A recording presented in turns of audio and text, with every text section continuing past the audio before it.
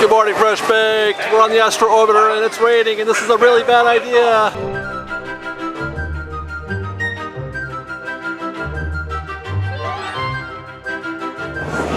Do you see that strange gray stuff up there? That's a rainy day in Southern California. And that's no crowds at Disneyland. It's gonna be a rare day, everybody.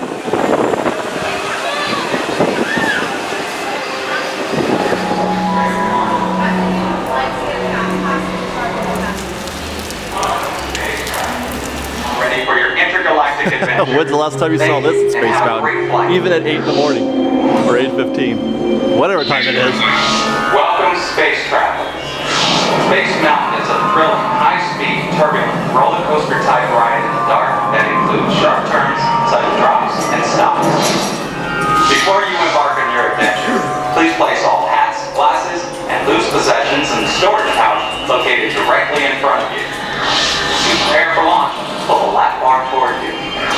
You are now ready for your intergalactic adventure. Thank you, and have a great flight. The floors in the Space Mountain are really slippery, so they put down some very generous mats here for everyone so we don't all break our necks. Roger. Make orders, Honorable.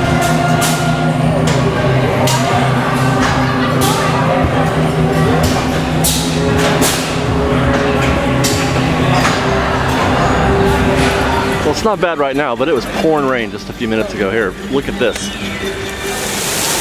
Running out of clothes.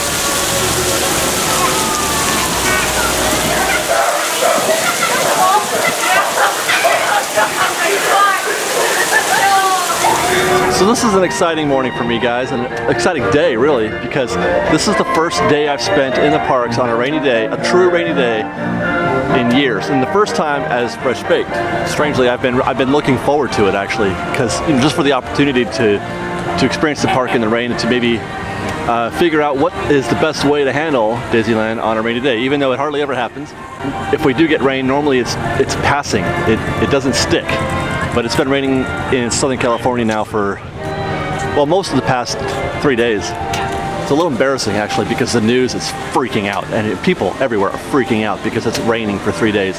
They've named it the Great Storm of 2014, which anywhere else in the world would have just been a Tuesday. But here in Southern California, we are freaking out. We don't know what to do. It's just mass hysteria. People are sandbagging their lawns, sandbagging everywhere. Look at that, we're in Fantasyland. There's no lineup here. Maybe we should go ride Peter Pan, take advantage of this, huh? Looks like we got undercover just in time. It is now pouring.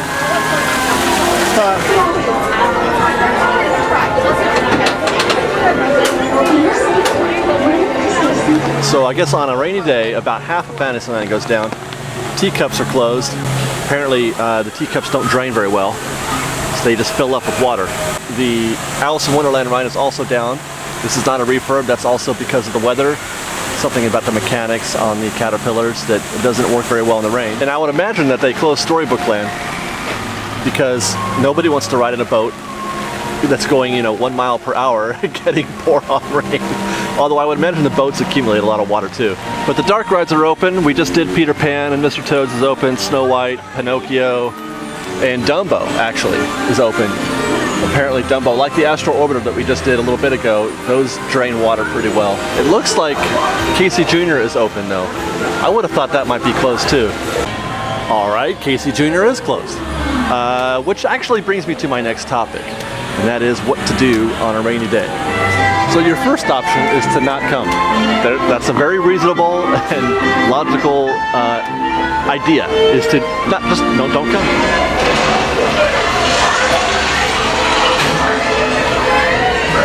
Just rode Mr. Toad's. I'm kind of doing a ride and talk here, aren't I? So let's say you're on vacation, right? You're coming from Ohio, and you don't have a choice. If it rains, you have to go because you're booked. All right, I get that. So what do? Well, my first recommendation is to be prepared, and that is extra clothing. Your clothes will get wet, especially your socks.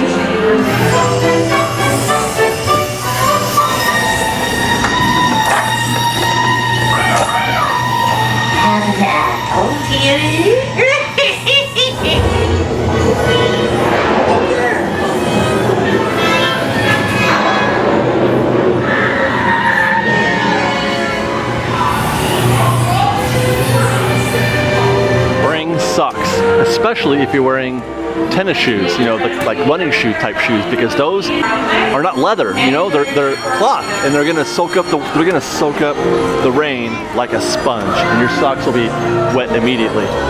And then I would say bring like an extra t-shirt to wear underneath your regular clothes so that you have a dry layer between you and your wet clothes. And then thirdly, bring a parka like these guys right here, or an umbrella. And as far as parkas go, get them off-site, because you can go to the dollar store and get a parka for $1, or you can come here and, you know, pay $8, $9, $10 for one. And if you can't do that, bring an umbrella.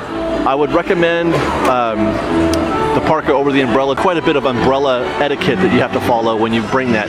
The umbrella is better for coverage from the rain, but you know, like I said, you gotta fold it, unfold it, and then you gotta carry it around, and then you gotta bring it on with you on the rides. Whereas the parka just keeps you dry. And then finally, bring a hat or a hoodie or something, or if you got a parka, you know, get a parka with a hoodie to keep your head wet, because there's nothing, or head dry, I should say, because there's nothing more annoying than those random fat drops that hit you on top of the head. It's just so unsettling, at least for it is for me. I can't stand that. But then I've never been crazy about, you know, being wet or cold or having, you know, cold air on my skin, so I'm usually always pretty well covered. This is Pinocchio. I'm going to jump right on this one real quick too. This one for me.